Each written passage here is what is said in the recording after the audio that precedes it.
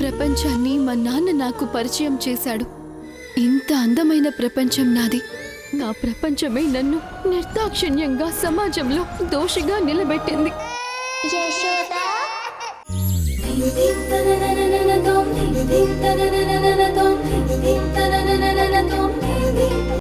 నా కూతురికి ఏం కాకూడదని ప్రార్థించమ్మా.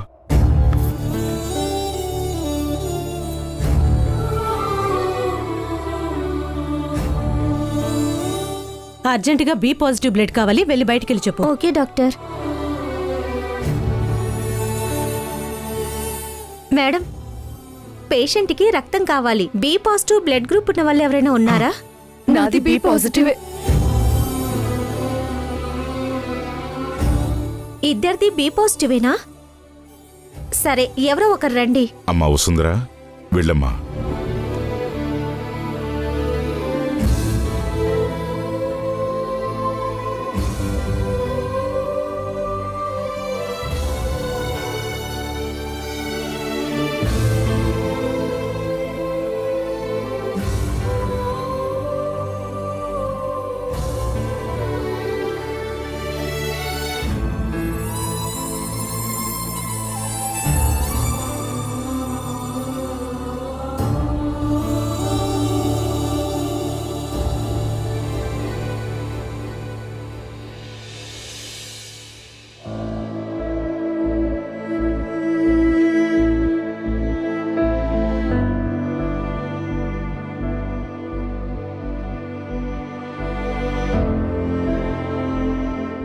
ఈ వసుంధర కనీసం కిందికి రాలేదు.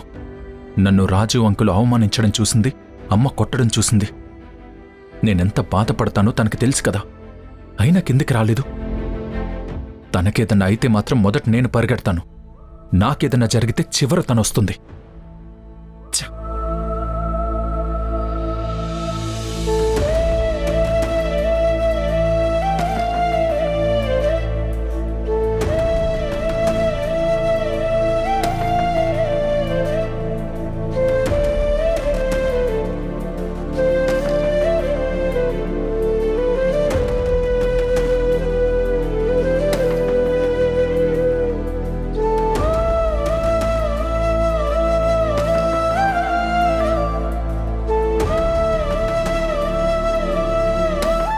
అమ్మా, ఏమైందమ్మా?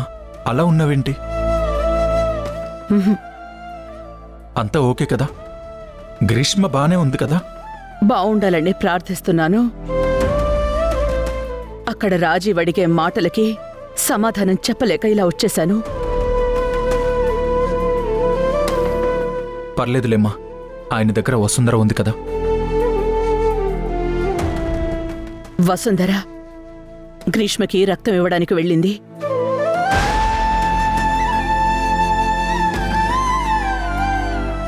నేనిప్పుడే వస్తానమ్మా.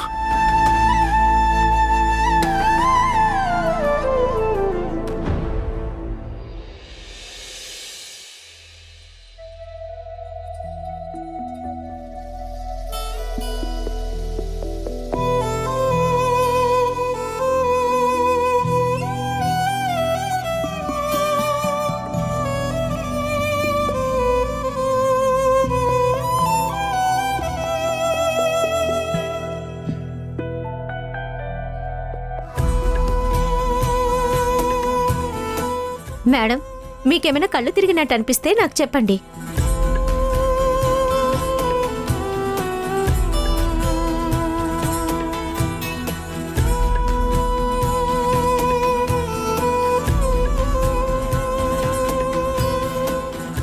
రక్తం ఇస్తున్నావా?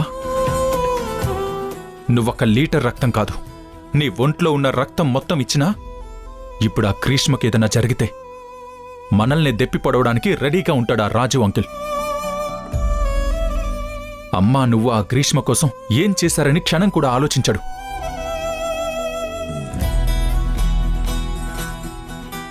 విన్నావుగా ఆయన మాటలు?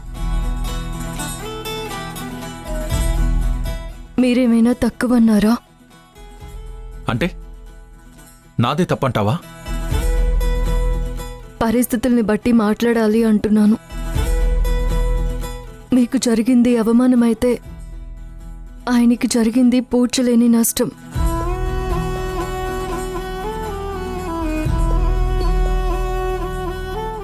ఆ సమయంలో బాధలో ఆయన 2 మాటలంటే పడలేమా సార్? 2 మాటలకి నేనేమీ నోరెత్తలేదు వసుంధరా. నాకు ఆ మాత్రం సెన్స్ ఉంది. ఆయన అమ్మని ఎన్ని మాటలన్నాడో తెలుసా? అయినా మల్లిక మేడం మాట్లాడలేదంటే ఇప్పుడు చేయాల్సింది మాటికి మాట సమాధానం చెప్పడం కాదు, మనిషికి మనిషి తోడుగా ఉండడం అని నమ్మారు కాబట్టి. నీకందరి బాధలు అర్థమవుతాయి. అందరూ ముఖ్యమే, ఒక్క నేను తప్ప. మీరు ఫోన్ చేశారనే కదా సార్ నేను ఇక్కడికి పరిగెత్తుకుంటూ వచ్చింది. మరప్పుడు నువ్వు నాతో ఉండేదానివి కదా. రాజీవ్ సార్ పక్కన ఈ సమయంలో ఒకరు ఉండడం, ధైర్యాన్ని ఇవ్వడం చాలా అవసరం. ఆయనకి గ్రీష్మ తప్ప ఇంకెవరూ లేరు. సరే, ధైర్యంతో పాటు రక్తాన్ని కూడా ఇస్తున్నావుగా. ఇది అవ్వగానే బయలుదేరు. నేను ఇంట్లో డ్రాప్ చేసి నేను హాస్పిటల్కి తిరిగి వస్తాను. ఎందుకు సార్? ఎందుకేంటి వస్తుందరా? ఇప్పుడు నీకు రెస్ట్ కావాలి. సార్ పర్లేదు సార్, గ్రీష్మ మేడంకి స్పృహ వచ్చేంత వరకు నేను ఇక్కడే ఉంటాను. రాజీవ్ సార్, ఆయన గురించి అంత ఆలోచించాల్సిన అవసరం లేదు. బ్లడ్ ఇవ్వడం అయిపోయిన తర్వాత కాల్ చేయి, తీసుకుని వెళ్తాను. ప్లీజ్ సార్, అన్నీ తేలిగ్గా తీసుకోవద్దు, అర్థం చేసుకోండి. అది నేను చెప్తున్నాను. ఇక్కడ నువ్వు అన్ని మనసుకు తీసుకుని సేవలు చేయాల్సిన అవసరం లేదు. వెళ్దాం. సార్ ఇప్పుడు నేను రాలేను సార్. రాజీవ్ సార్ పక్కన ఎవరూ లేరు, అంతేనా? ఇప్పుడు నా పక్కన కూడా ఎవరూ లేరు వస్తుందరా. ఒక్క మాట అడుగుతాను, చెప్పు. పొరపాటున గ్రీష్మకి ఏదన్నా అయ్యి రాజు అంకుల్ నా కాలర్ పట్టుకుని తిడితే నువ్వు నా పక్కన నించుంటావా, ఆయన పక్కన నించుంటావా?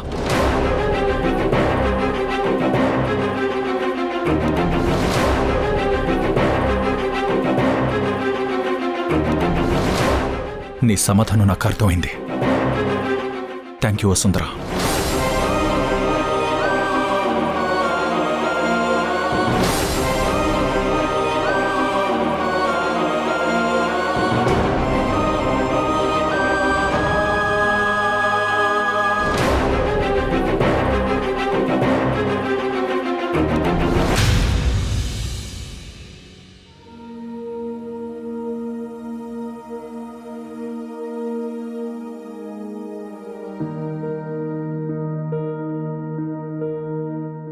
సారీ అమ్మా,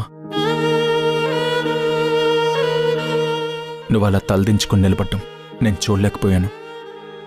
ఆ సారీ ఏదో రాజీవ్కి కదా చెప్పాల్సింది. అమ్మా, నేను ఆయనన్న మాటలకి సారీ ఫీల్ అవ్వట్లేదు. నిన్ను బాధ పెట్టినందుకు సారీ చెప్తున్నాను. రాజీవ్ అన్నదాట్లో తప్పే ఉందిరా. వీటన్నింటికీ కారణం నేనే కదా. అదే మన చేత కూడా తెలివిగా చెప్పిస్తున్నాడమ్మా ఆయన. అసలు ఆ గ్రీష్మని ఆ రోజే పంపించేసుంటే. సర్లే, వదిలేలేమ్మా. కానీ ఆయనన్న మాటలు మర్చిపోలేనమ్మా. తన బిడ్డని ఆ పరిస్థితుల్లో చూసిన ఏ తండ్రైనా ఇలాగే రియాక్ట్ అవుతాడు. అంతెందుకురా, నేనాయన పరిస్థితుల్లో ఉంటే నేనంతకంటే ఎక్కువ రియాక్ట్ అయ్యేదాన్ని కదా. ఇక్కడ నేను అన్యాయం చేసింది ఒక్క గ్రీష్మకి మాత్రమే. నేను సమాధానం చెప్పుకోవాలి అంటే అది గ్రీష్మకి మాత్రమే. మా గ్రీష్మకి ఏమీ కాకుండా చూడు భగవంతుడా.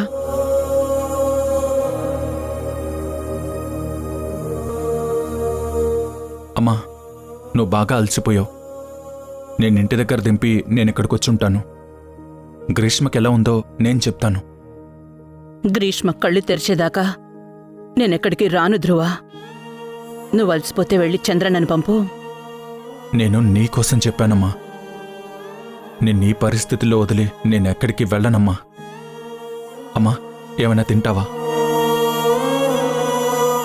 At least coffee? ఇప్పుడేం వద్దు ధ్రువా.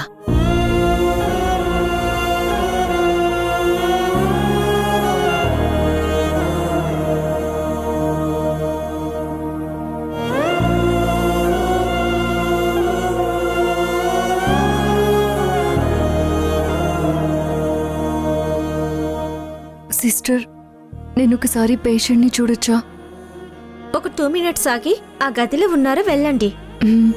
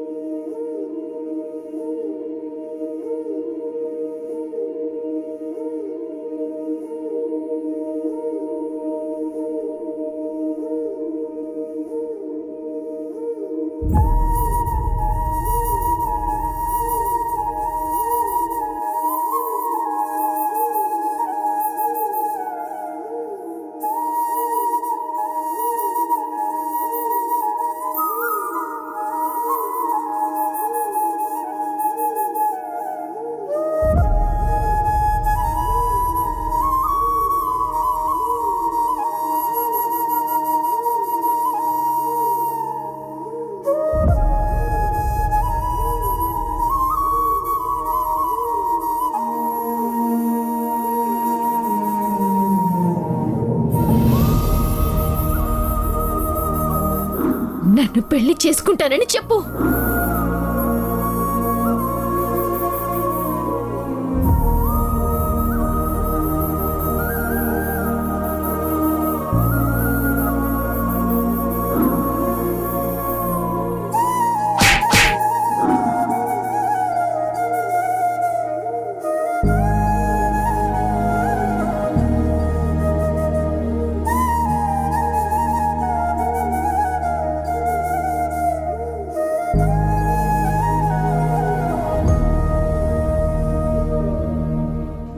ఏంటక్కా ఇది?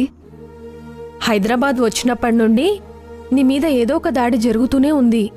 అందుకే అమ్మవారి గుడిలో నీ పేరు మీద పూజ చేయించిన రక్షాదారం.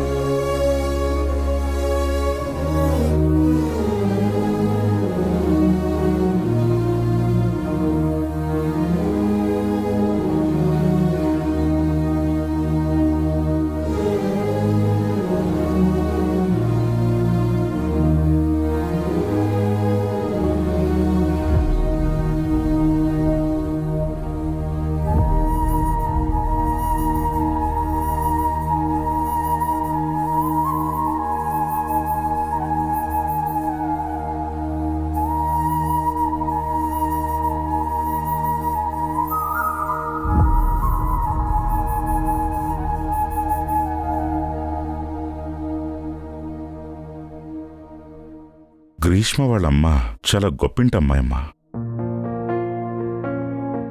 నేను ఒక మధ్యతరగతి కుటుంబంలో పెరిగిన వాణ్ణి. అందుకే మీరు పడే ప్రతి కష్టం నాకు అర్థం అవుతుంది.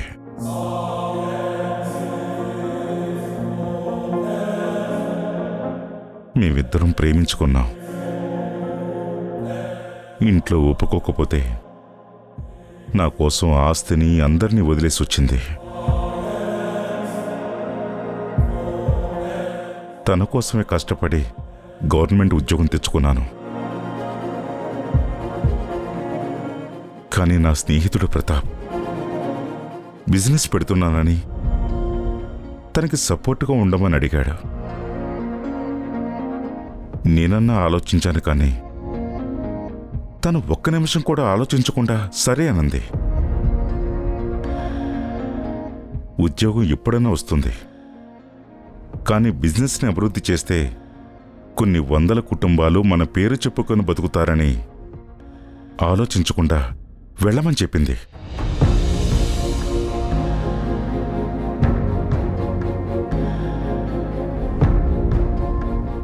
అప్పటినుంచి ప్రతాప్తో ఆఫీసులోనే ఎక్కువ గడిపేవాణ్ణి. మా పెళ్ళయ్యాక 5 ఏళ్ల పాటు మాకు పిల్లలు లేరమ్మా.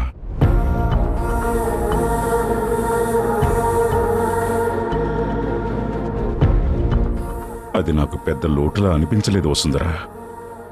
కానీ తన పిల్లల కోసం తిరగని గుడి లేదు, మొక్కని దేవుడు లేడు.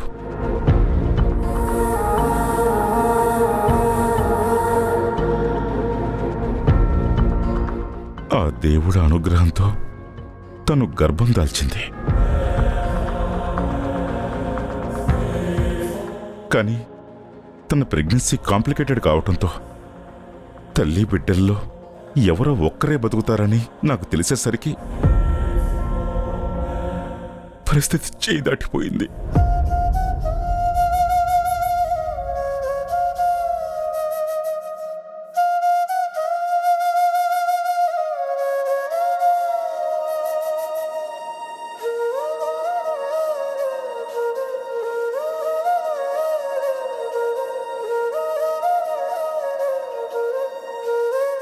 నాన్న, అప్పుడు కడుపు తీసిన ప్రమాదమే అన్నారమ్మా. తను చనిపోతూ గ్రీష్మని నా చేతుల్లో పెట్టి, ఈ పాప మన ప్రేమకి ప్రతిరూపం, జాగ్రత్తగా చూసుకోమని తన చివరి శ్వాస వదిలింది.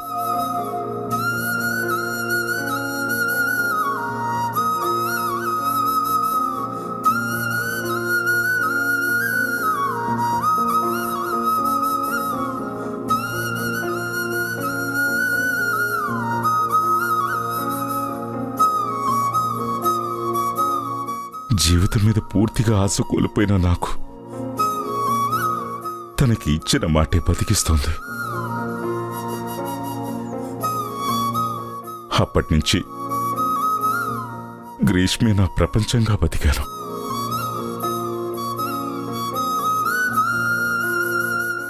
అందుకే గ్రీష్మ ఎప్పుడైనా మా అమ్మ ఉంటే అన్న మాటని నేను తట్టుకోలేనమ్మా.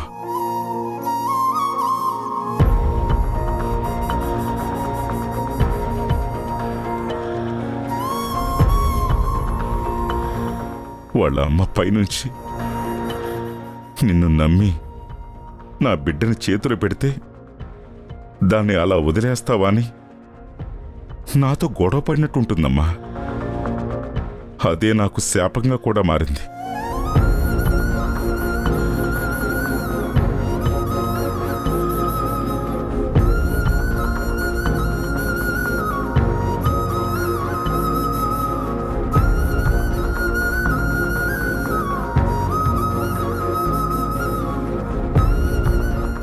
సార్, మిమ్మల్ని డాక్టర్ గారు పిలుస్తున్నారు, వెళ్ళండి.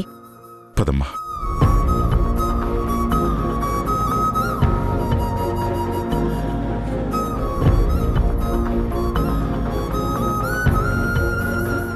డాక్టర్, గ్రీష్మ పరిస్థితి అంత స్టేబుల్గా లేదు. ట్రీట్మెంట్కి తన బాడీ కూడా కంప్లీట్గా రెస్పాండ్ కావడం లేదు.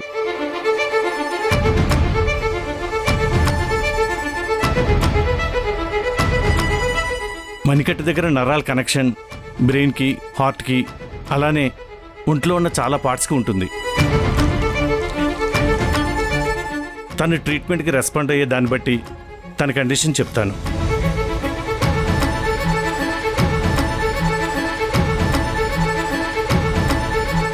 తను ఇంకా స్పృహలోకి రాలేదు. ఇంకో 2-3 గంటల్లో ఖచ్చితంగా రావాలి, లేదంటే కోమాలోకి వెళ్ళే ఛాన్సెస్ ఉన్నాయి.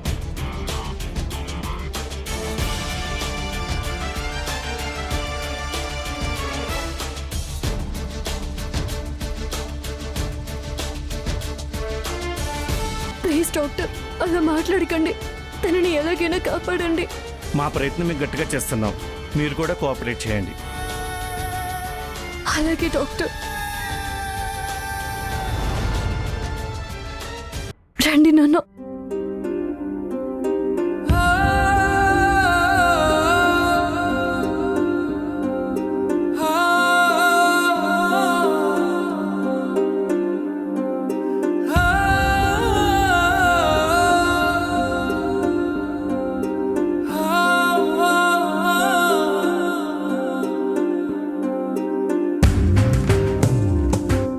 తను ఇంకా స్పృహలోకి రాలేదు.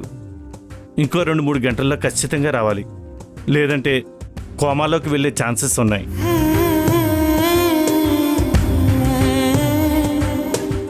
ఏమైంది నాన్న? నాన్న,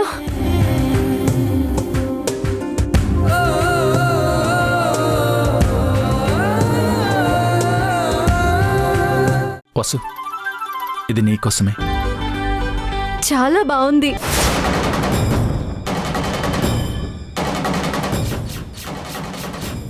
దీన్ని ఎప్పుడు నీ చేతి నుంచి తీయకూడదు. ఈ ఉంగరం నీ వేలికి ఎప్పటికీ ఉండిపోవాలి వసుంధరా.